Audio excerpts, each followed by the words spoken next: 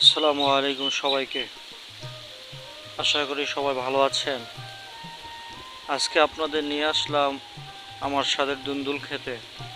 প্রতিদিন তো বাজার থেকে কিনে খাওয়া হয়, কিন্তু নিজের হাতে গাছ থেকে তাজা সবজি পেড়ে রান্না করার আনন্দই আলাদা। এই যে দেখুন, গাছের এই দুন্দুলটা মাশাআল্লাহ কত বড় আর একদম সবুজ হয়ে আছে। গাছের ডগা থেকে যখন এইরকম টাটকা সবজি ছেঁড়া হয়, তখন মনটা সত্যি ভালো হয়ে যায়। পাশেরটা দেখুন, এটাও কিন্তু রান্নার জন্য একদম উপযুক্ত সাইজ হয়েছে। তবে চাষাবাদ করতে গেলে তো সব সময় কিছু মনের মতো হয় না। আপনাদের একটু দেখাই, এই যে এইদিকে কিছু দুন্দুল কিন্তু একদমই ভালো হয় না, হয়তো পোকার আক্রমণে, না হয় অতিরিক্ত গরম বা আবহাওয়ার কারণে এগুলো কেমন জানি কোঁকড়ে গেছে আর ঠিক মতো বাড়তেও পারে না।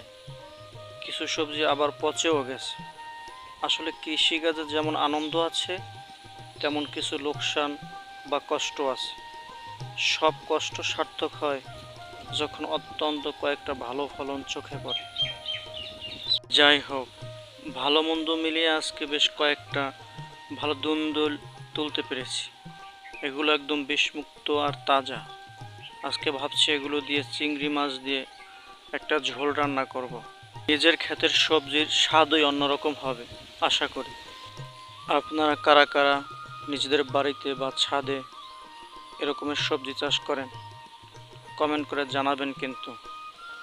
আর আমার আজকের এই ছোট ভিডিওটি আপনাদের কেমন লাগলো সেটাও বলতে ভুলবেন না। সবাই ভালো থাকবেন, সুস্থ থাকবেন। আল্লাহ হাফেজ।